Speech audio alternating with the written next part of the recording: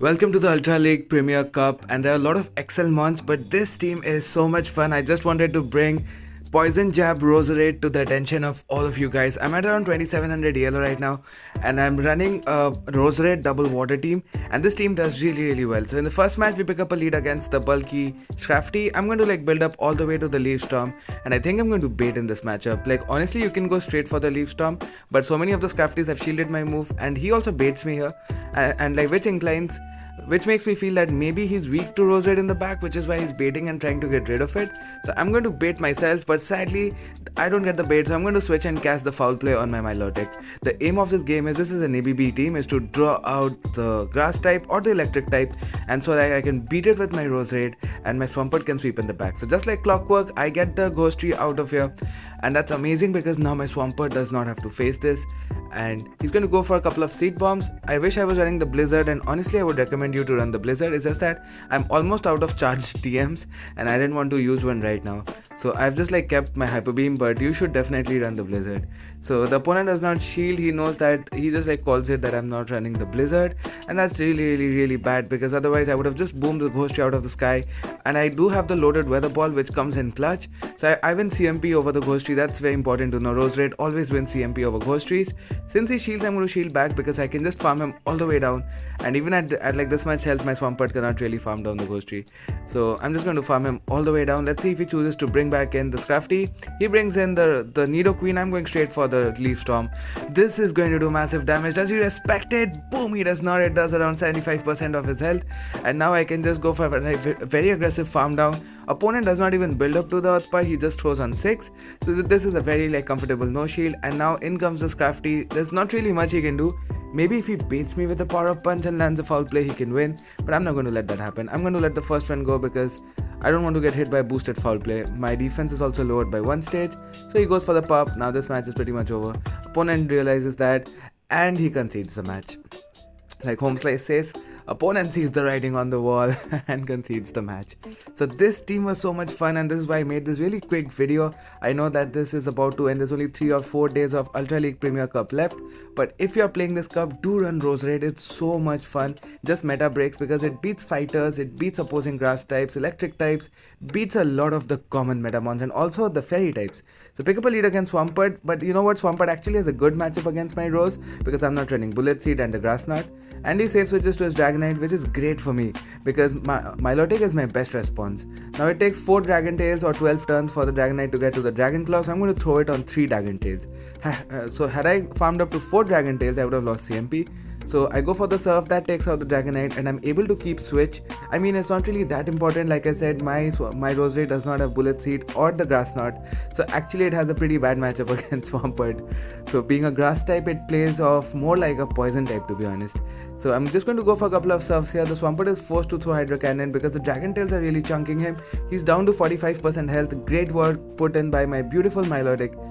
Down goes my Milotic, and I'm going to bring in my own Swampert here. He brings in the Fat Walrus, and this is not looking great because at this point, this looks really bad. I have to bait in order to win the match because the Fat Walrus has a great time, and if we get the shield, the Fat Walrus is a big core breaker for my Rose and my Swampert, so that bait was super important. And now I'm going to go for the Earthquake if I remember correctly. I'm hoping that he does not shield this. It's also a CMP tie. I really hope he lets this go, and he does, and that's massive because now he's in Hydro Cannon / Weather Ball range, and after taking this Icicle Spear, I'm going to switch to my Roserade, count up to 4 more because he's 4 away from the next Weather Ball. I get a bit of lag, but I win the CMP tie, and this is absolutely massive. You know why move counting is so important.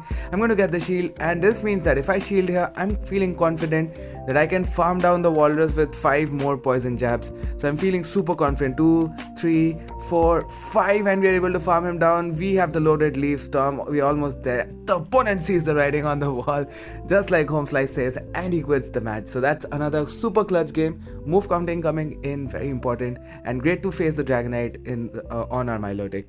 So it's going to be really short video, like I said, not a lot of matches, maybe 3 or 4, but this was really entertaining, and I'm so happy to be seeing Roserade put in so much work against bulky metamons like Scrafty and all those annoying mons. Pick up the lead against Venusaur, which is absolutely amazing. We use Milotic to draw out the Venusaur, so it's absolutely amazing that we see it here. I'm going to farm up to 7 CMP tie. the weather ball on his sludge bomb. So this is going to do quite a bit of damage. He gets 2 hit KO'd, definitely. He gives us a shield, and this makes me think that I should shield back. He must be core broken by Roserade, and you'll see that he goes for the frenzy plant bait, but that's really fine because that sludge bomb does not really KO me. I'm going to CMP tie again. Oh sorry, actually I don't. I just let him throw his move, and that's fine because the sludge bomb does only what, like 65-70%. I can easily tank it, overfarm a lot, and I'm going to go for the weather ball just before he reaches his next frenzy plant. I could overfarm by 1, but I was scared of him catching, predicting my thing, and I'm going to save switch instantly to my Milotic, whatever he brings in. He brings in the Obstagoon, and he's going to switch out to his Fat Jelly. Okay, so the Fat Jelly is running Bubble, so this is not the best for him either. I'm going to go for a few surfs, and remember that the Obstagoon has a bit of loaded energy. I think he has 5 counters at this point, so I have to be very careful about that. And this is not a great matchup for the Jelly because he's not running the thing, the Hex. So it's not really amazing because we are resisting the bubbles, and the Dragon Tails are neutral and they're actually chunking him quite a bit. I'm going to go for the back-to-back surfs at this point. Is going to do a little bit of chip, like 15%. The Fat Jelly is supremely tanky, just like the Milotic here. I'm going to go for another surf that does a bit more damage, and now he's forced to throw. And I can come in with my guy, the like Rose Boy, and I'm going to go for the farm down. I'm going to throw it on the CMP. He throws on 4. So this is just a bubble beam. I knew it's a bubble beam, so I'm going to let it go. And I'm expecting a snipe from the Obstagoon. I switched to my thing, and I'm able to prevent the snipe because the Obstagoon was definitely trying to snipe. The only win condition for him is the boost. Does he get it?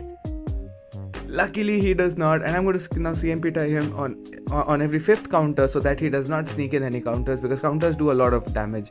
And now he's in 2 Hydro Cannon range, so that's looking absolutely fine. I'm just hoping that he does not boost. It's only a 12% chance, but then when the stacks are against you, things don't go your way. Again, I'm going to count up to 5, get a lot of lag actually. I'm going to go for another Hydro Cannon on the CMP tie, and I know what the opponent is trying to do. He is trying to stall out the switch clock so that he can maybe snipe or catch with his Fat Jelly. I'm absolutely expecting that. So he's going to try to make a catch. I know that. He's also counting my moves. I don't throw my energy. I load up the Hydro Cannon, get to the back-to-back weather ball. The first weather ball will take out the Fat Jelly. The second weather ball is going to do enough like chip damage to the Obstagoon that the Hydro Cannon will definitely KO. I do win CMP. So the only win condition for the opponent is if I get lag. Let's see if I get lag. Luckily I don't.